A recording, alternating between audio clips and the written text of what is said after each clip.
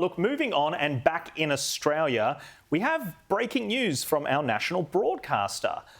They write, the ABC apologises to staff for racism in newsroom after reports of exclusion and insensitivity. The ABC has apologised to staff who have experienced racism or bigotry in its newsrooms, responding to reports of some staff feeling excluded and unwelcome.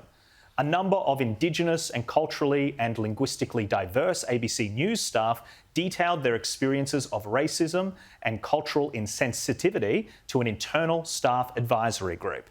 Now, this is a very interesting story. It has become popular for companies to make statements about their sins in order to cultivate goodwill publicly and demonstrate how progressive they are to activists.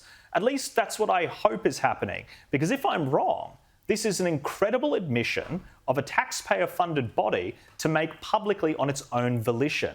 If these allegations are true, it raises questions about what taxpayers have funded and whether we need a formal federal inquiry into the supposedly racist ABC. Anything short of that means perpetrators of racism are still roaming the halls of the ABC and potentially committing more acts of racism.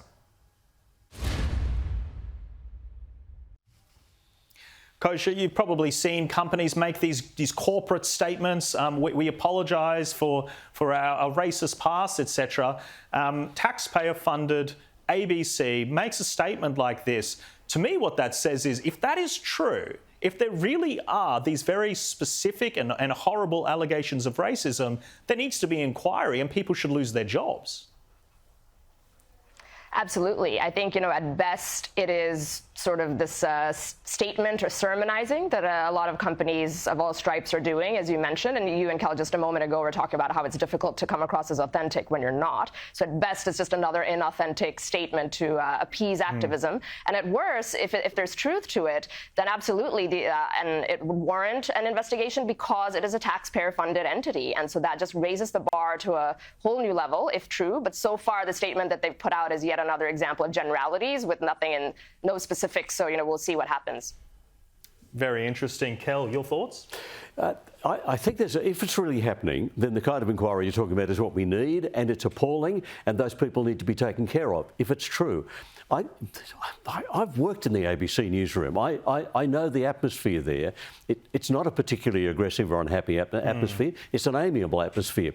And I think there's a problem in that when you create what lawyers call protected groups, you've got an identity as belonging to a protected group, there is a temptation to say, if something bad happens to me or I feel bad, it must be because I'm not being respected as a member of that protective group. Might not be.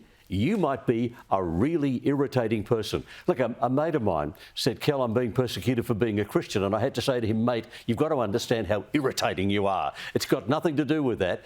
Now, people can have problems and they may not be functioning properly, but it's hidden from them and it can't be discussed properly and openly because our laws have now, our discrimination laws have now created protective groups, and everything that happens to them is because they are part of a protective group. I think it's a problem. The whole discrimination law has been badly thought through and has left people unable to work through why problems actually occur. So I think that needs to be worked through. How, I don't know, but I think it needs to be worked through. There's another problem with it as well, that you run the risk of crying wolf, essentially. Yes, yeah. If there are no direct specific examples and it's all wish-washy and vague allegations, and then you're going to make this big public statement about it, there is a danger to that if it's not true. That's right. I mean, if two people go for a job and X doesn't get it and he decides it's because of the racial group he belongs to, when in fact he was not the better of the two candidates. I mean, you have created a problem by making wokeness such a big quality in your organisation.